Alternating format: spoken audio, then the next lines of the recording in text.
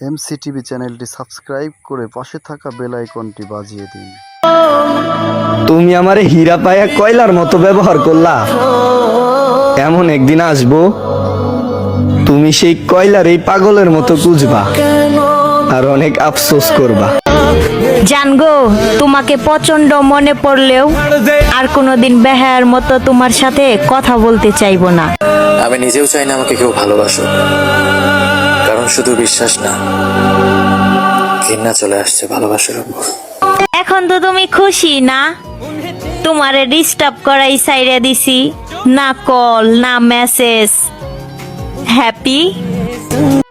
স্বপ্ন তুমি দেখাইছো, স্বপ্ন আমি দেখছি, আর ভুল করলে একটাই করছি, তুমি অভিনয় করছো আর আমি তোমারে বিশ্বাস করছি।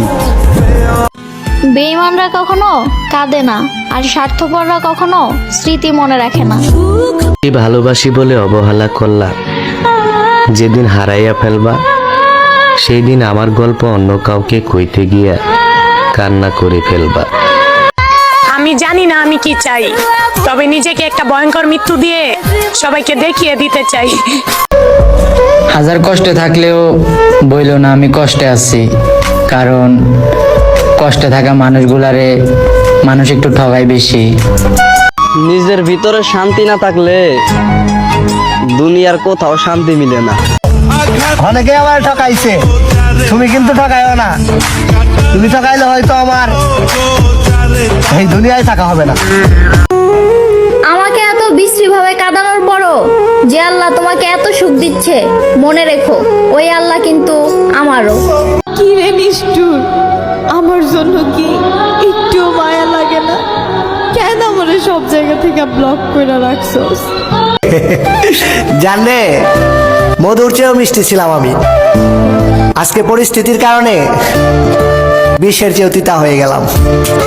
অনেক দিন পরে দেখছি তারে, যখন চোখে চোখ পড়ছে, বিশ্বাস কর বন্ধু, আমার রূপ অবধি কেঁপে উঠছে।